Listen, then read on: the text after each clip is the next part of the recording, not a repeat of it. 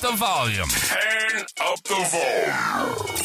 You've arrived at the destination for all things Kentucky. This is the Bleed Blue Network Podcast.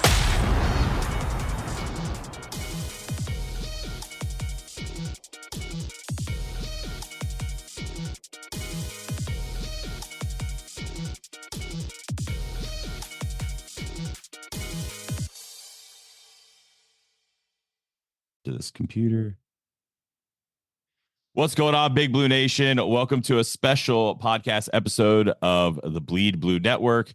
Today, I am joined. This is a weird one. Like, you never see this. That I have Salena with me as my partner in crime. I don't know if after last night in the spaces, Salena, that we should be co-hosting anything. We're very toxic. You know what? It's fine. It's fine. It works out just well. It's fine. We have a very special guest with us. She's Kentucky through and through. She plays for our UK women's basketball team, Cassidy Rowe. How's it going, Cassidy? It's good. Thank you for having me. First, congratulations on off the field news. I believe you got engaged recently. I did. Thank you. What's that like? And most people think about the basketball stuff, but what's that like to play for Kentucky? Now you're engaged. Is there how is the wedding planning and practices? How's that going? Yeah, wedding planning during everything else with basketball, my busy schedule, it's definitely tough. My family helps out a lot. But it's been a lot of fun planning a wedding for next summer. So it's been stressful, but it's going to be fun. I mean, hey, congratulations. I just heard that news, so that's awesome. I'm really happy for you. I can imagine that'd be really stressful trying to plan a wedding. Are you going to have it, I guess, back in your hometown? Is that what you're thinking? No, we found a venue in Tennessee, so we're going to get married. Oh, okay. Yep. As someone who's been married for 10 years and now has 3 kids, just elope. It's so much cheaper. It's way better. It's cheaper. I think it's better. I'm too extra for that. One day you'll remember this conversation when you're almost 40 like me, and you're just gonna be like, I remember that weird dude that interviewed me that one time. He said elope. Should have listened to the guy. But no, it's great. So you guys obviously have started the season really well. The last game didn't go as planned, but you learn a lot. All in a loss. Just as much as you in wins. What's it been like though? Having a different coach and kind of seeing this new era of women's basketball take shape that you're now a part of. Yeah, it's definitely been an adjustment. I often make the reference like being a freshman again, just coming into a new team, new teammates, new coaches. It's like just a new everything, but it's been a great adjustment. The girls have been so great. Coaching staff, they truly, you can tell they have a passion for what they do, and it's been a great experience learning under them. Yeah, I love watching you guys play. I took my 2 kids with me to watch you guys play Louisville. Fantastic game, by the way. And it seemed like you guys have a really good camaraderie already built with the team. Can I explain kind of how that went? Was it like just practicing, or was it like a lot of hangout time outside of practice? How was that? Yeah, I feel like it's been like that all along, just from when we were thrown together in the summer, getting through the conditioning workouts together, that built a lot of camaraderie, I feel like, with each other, just because it's hard, and going through hard times together, I feel like makes us closer. So yeah, I feel like it's always been like this though. That's awesome. Yeah. When you're kind of going through, obviously I think it's a little different when you're, from Kentucky and you understand what the logo means and the color, right? Like it goes through your veins, differently, and seeing how you guys have really taken off, the fans, how they've reacted. From take the player hat off for a second and then put like the fan hat on. What's that like, seeing where that's kind of come from the fan perspective, but then also the player perspective? Yeah, I would say, being from Eastern Kentucky, it's full of University of Kentucky fans. It's going to be hard to find anybody who's not rooting for the University of Kentucky. So, um, I would say from the fan perspective, it's just got to be super exciting to, see how we've started the season. And it's been so nice being back in Memorial Coliseum and all the fans are back. And it's been like the Louisville game was super loud. Like it was just such a fun atmosphere. So I would say, yeah, Big Blue Nation has the best fans. So you went to Shelby Valley. Does the name Zach Ramey mean anything to you? It's not ringing a bell to me right now. I'm Okay, bad that's with fine names. because he thinks he's famous back home, so it's even better because he won the state title. He's my best friend, and he won the state title with Shelby Valley. Now, granted, Oh, okay. you were probably like 4 when it happened. It was in 2010, so maybe Okay. not that young, but he I'll send him a clip of this. Be like, man, nobody knows who you are back home anymore. Like, I actually have a person who played in the basketball program. It's like, who is that guy? I'm Oh sorry, But no. if you heard him talk though, you'd know he's from Pikeville though. Dad. So there you go. He's got the twang, so it's pretty funny. Trolling your best friend. Of course. Of I mean, he's course. just like, oh yeah, she went to my high school, and I'm just like, oh well, Mister, everybody knows who you are. We'll see if there's actually a statue out front like you think there is. That's hilarious. um, sorry, What I is was oh, go ahead, sorry. no, no, go ahead. You're fine. You're fine. Go ahead. No. Um going into a coaching change, obviously for you who played, you're again from Kentucky, a big fan.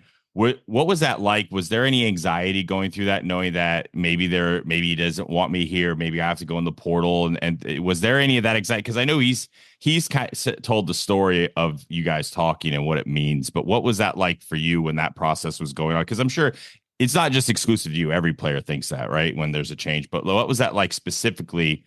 Living and breathing this university for your whole life? Oh yeah, it was definitely stressful. That was probably the most stressful couple weeks of my life, just the unknown and just knowing that I want to play for the University of Kentucky and just really hoping that we bring in a coach that will, want to keep me and give me the opportunity to continue doing that. So very thankful for Coach Brooks for giving me the opportunity to keep representing my state. Well, I know we are very happy you stayed, for sure. I know. I think most of us follow your dad on X, um, and I think we everybody love wants to have a dad like her dad. a thousand Biggest percent. fan in the world. Her and Lamont Butler's dad are like infamous on Twitter right now. They really are. They Oh really are. Lord, don't get his head big now. I know. I also have to know, is Coach Brooks' swag as evident all the time as it is like when he's like on camera or a Big Blue when he's walking out at Blue Madness? I mean, the guy's he's got that thing, right? Yeah, I'd say that's an all-time thing. Awesome. All right, so I'm going to ask questions that have absolutely probably nothing to do with basketball, but they're way more fun because then people get to know you. Okay. What is your go-to pregame snack? Like, what is that number? Like, because I know some people. Well, I forget. Isn't it Mahomes like Skittles or something like that? I know there's like some weird stuff you athletes like to eat before games. I will say this year, before every game that we've played, I've drank an iced coffee and I've ate a cutie before every game. All right. So All this right. year it's the cutie and the iced coffee. Does it switch Catchy. if you does it switch if you win or lose or if you have a big game? Like if some like let's say you were going to go off for like 25 and you didn't have time to get an iced coffee, but it was something else. Would you stick with that? Like, are you superstitious or does it just it's consistent? I'm pretty superstitious, so if we go out and have a really good game and I didn't have an iced coffee, I might would have to lay off the iced coffee for the next game. I feel like that's like an athlete thing. Like we're all superstitious in some way. Like we have a thing that works and we don't want to change. Like even as fans, Yeah. right? Like fans are the exact same way. We're very superstitious about what we wear on game days or where we're setting. So I can see that happening. I'm a parent. All I know is I have to put on the 4-minute preview of Moana 2, and my daughter has 4 minutes of happiness. Like, if all else fails, just do that. She'll start screaming at the TV. Like, we're superstitious even as parents. If you were gonna have like a walkout song, right? Like, what's your walkout song? If you were gonna get introduced as by yourself. Well, the one I used for Big Blue Madness this year was God and Country by Ann Wilson. And I feel like that sums me up pretty good. What is your favorite off the court activity?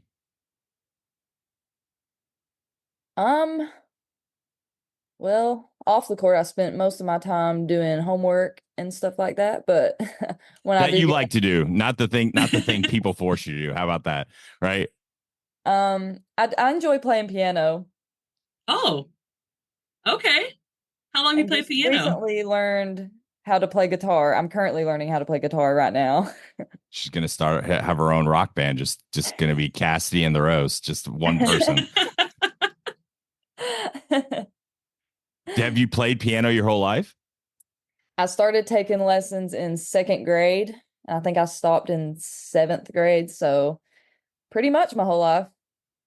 Oh, that's awesome. Yeah, my daughter, she's in band and she's currently also learning guitar for her profession right now. So I understand her Yeah. fingers. She's like, Mom, my fingers hurt. I'm like, well, that's just part of it. Did you always know that you wanted to play basketball at a high level, or was there something else in the background that you might have? I thought I wanted to be a dolphin trainer when I was very young. I just thought you just jumped in the water and they swam around you because I was very naive. So is it always basketball for you? Is there something else in the history that made you want to do something else? No, it's always been basketball. From a very young age, I knew that I wanted to play at a high level. Like when it would be career day in elementary school, everybody would have their scrubs on or dressing like a doctor and stuff, and I would have my basketball jersey. Like I always knew this is what I wanted to do. What what is your earliest memory of Kentucky basketball? Gosh, I was actually a ball girl. Um, I don't know when it was, but I remember being pretty little. You're not And that old yet. You can't think. I don't have to think back too long. I was definitely in probably elementary, maybe fourth grade. And I was a ball girl at one of the games at Memorial. I got to sit under the goal with a towel. So that's probably my earliest memory with Kentucky basketball. That's a core memory right there. Yeah. That's a core memory for sure. I'm pretty sure that my first memory of Kentucky basketball might have been before you were born. Just gonna throw that out there.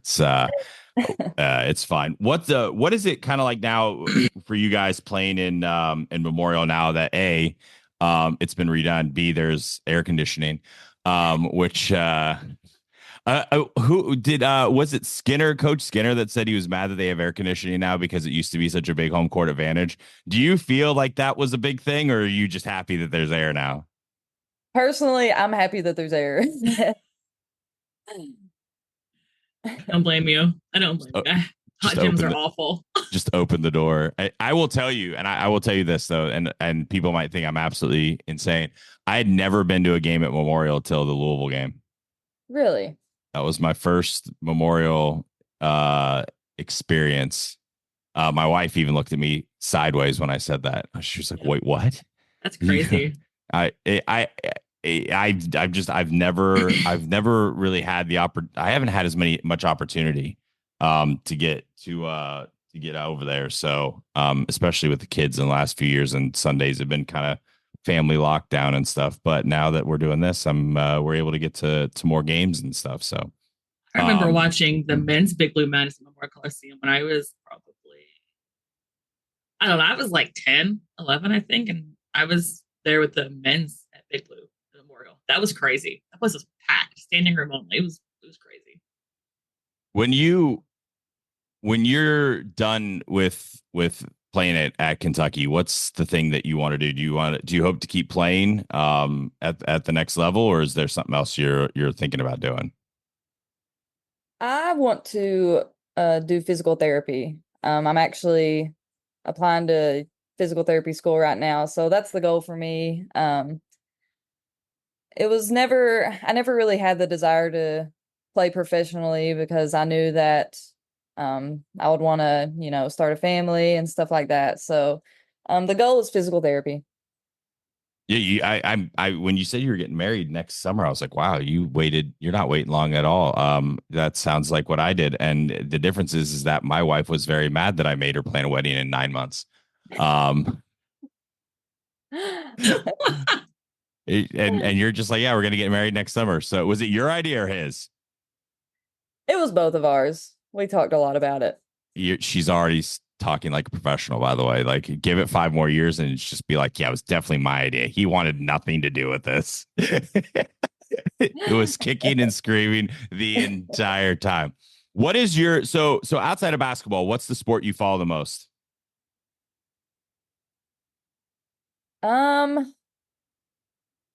I don't really follow anything other than basketball. Maybe football is probably what I watch the most outside of basketball, but I don't watch a whole lot of it. It's probably a good thing for us this year. Oh no.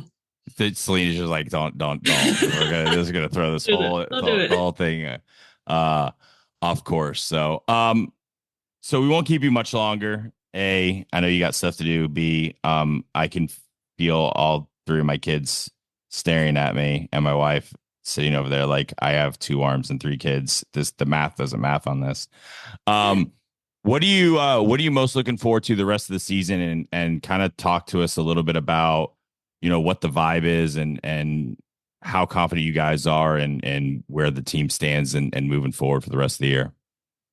Oh yeah, I think everybody on the team believes that we can make it far, make a run in the tournament. So I'm most looking forward to, if you're asking me right now, I would say conference play, just to get going, playing other teams in the SEC. Just, we'll do a lot of learning in that time. So I'm definitely looking forward to that. Yeah, I was going to ask how conference was looking for you guys. I feel like the SEC is good this year, like overall, really good. I mean, it's always competitive on the women's side, but I feel like it's took a step up to the men's side this year as well. So it'll be a good game night in, night out. What's just kind of the last thing, message kind of to the fans or anything like that about the rest of the, I know a lot of people are excited. I don't think you're going to only have one sellout this season, but, for maybe some of the people that don't follow the women's team like they do the men's team, tell them why they're silly and why they should be coming out and watching you guys play. Yeah, I would just encourage the fans to, come out to Memorial Coliseum. I mean, the atmosphere is just amazing and they won't be disappointed. We have a really good team and we have a lot of fun when we're out there. So I think they'd really enjoy it. You guys got 2 games coming up. You got a game against Queens tomorrow, and then you play at Purdue on Saturday at 5. So those are the next 2 games coming up. But the next home game will be the 20th against Belmont. So you've got Queens tomorrow, and then Belmont, and then Western coming in. Everybody, so we can definitely we can have the entire, basically just the state trophy for men's and women's basketball, just right there. Just there you go.